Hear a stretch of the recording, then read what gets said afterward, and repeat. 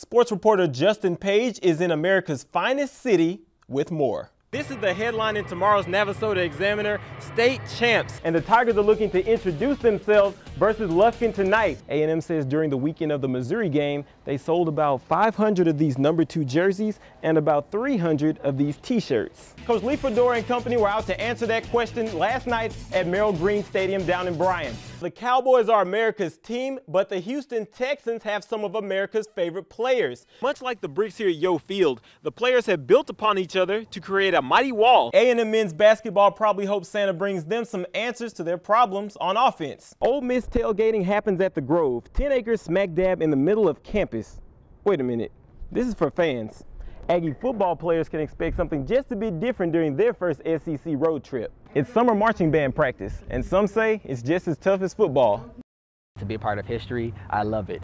For Aries Merritt, it was making the Olympics, a gold medal, and a world record in the 110-meter hurdles all in the same year.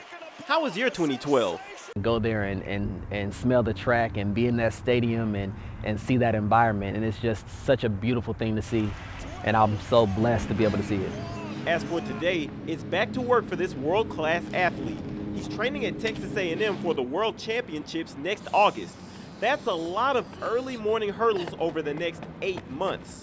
I may complain, and I may not like doing it, but you know, it's easy for me to wake up and to go to do something I love doing. Now, it can be a bit monotonous running through the white lines day in and day out, but it's the motivations of Aries that keep him going. Those motivations go back to 2008, when the loss of his grandmother was compounded by missing the Beijing Olympics by just 1 spot. You question if you want to keep running track. Do I really want to keep doing this another 4 years? Because you just never know. Nothing's ever promised. And so I just wanted to, I had to reevaluate my life. I thought about it, and my grandmother would have loved for me to continue to follow my dream, and she knew I loved to run, and so I just stayed running. And with 2013 on the horizon, Aries has one major goal: become legendary in my event. I just need to run sub-13 4 more times, and then I would be the person who's run the most sub-13s in the entire world. He can run those under 13-second hurdles well into the new year because he's already cleared the hurdles life threw at him early on. Everything is a challenge, and you have to be able to live up to those challenges. You have to be able to just breathe and focus on what you want. In College Station, Lane Fobbs, ABC 40 Sports. Well, in 2012, Texas A&M football answered many of the questions people had about them going into this season. But there's still a big one that's unanswered. Who will be their next offensive coordinator? The old one, Cliff Kingsbury, is back at his alma mater, Texas Tech, as their head coach. A&M coach Kevin Sumlin wants a perfect fit for his next OC, but with the Cotton Bowl approaching, finding him will just have to wait. We're not in a hurry to hire another coach.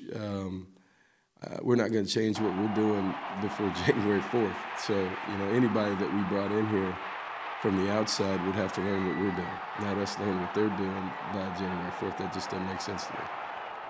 Well, Coach Kevin Sumlin and Johnny Manziel may have one less OU defender to worry about in the Cotton Bowl. Oklahoma defensive tackle Stacey McGee was arrested Christmas Eve for DUI and driving with a suspended license. McGee had already been dismissed from the team earlier this year for 6 games and may be headed back to the suspension list after this latest mistake. He's the 3rd player on the Oklahoma team to be arrested since the end of the regular season. OU coach Bob Stoops hasn't given the status of McGee or those other players for the bowl game. Well, for the 2nd straight year, it all comes down to the final game of the season for the playoff hopes of the Dallas Cowboys. It's real simple. Win over RG3 and the Redskins, and the Cowboys are in the postseason. But to beat Washington, Dallas will have to stop beating themselves. They committed 3 turnovers when these teams met on Thanksgiving, and that's something you don't have to remind Cowboys coach Jason Garrett of. Not only did we turn the ball over, but they cashed in on the turnovers. And before you know it, they made a couple big plays in that 2nd quarter and really extended the lead on us.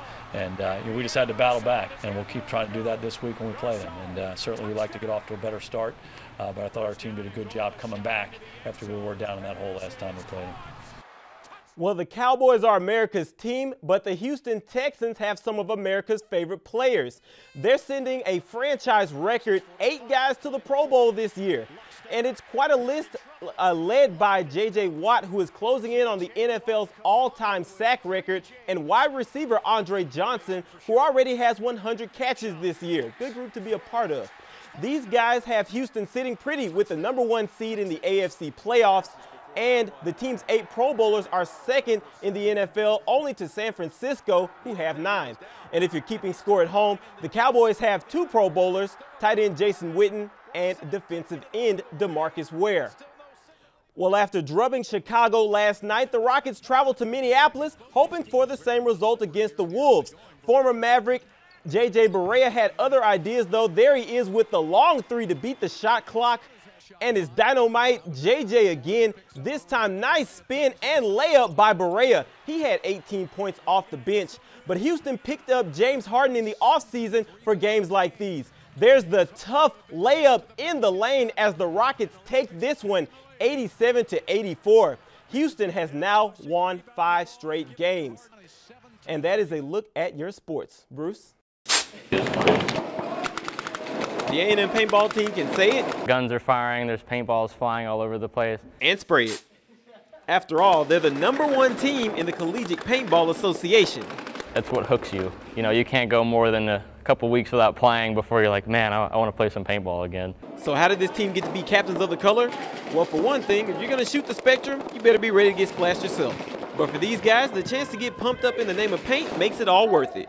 As soon as you hear go off break, you just hear gun after gun after gun. It's just the whole intensity of the paint flying at you, where you're going to move to, and all of the communication determined to win. So after hearing this, I definitely had to try it myself.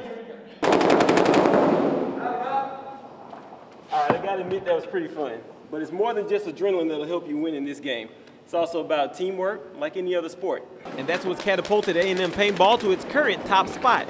We don't have to have somebody on the outside of the field telling us where everybody is. Everybody, they see one guy, they tell the guy next to him, and he relays it down to everybody else on the field. And that communication is what sets us above everybody else, I think. Knowing your teammates really makes a difference. You can have less skill, but play better together and win over teams that have more skill. And being the #1 team in the nation involves keeping that intensity, but also never forgetting. You're playing with paint. You know, as a kid, you play Army, you run around in the woods, and paintball is just the next level. You get to actually shoot people with balls of paint, and it's hilarious if you think about it. In College Station, Lane Fobbs, News Channel 25 Sports.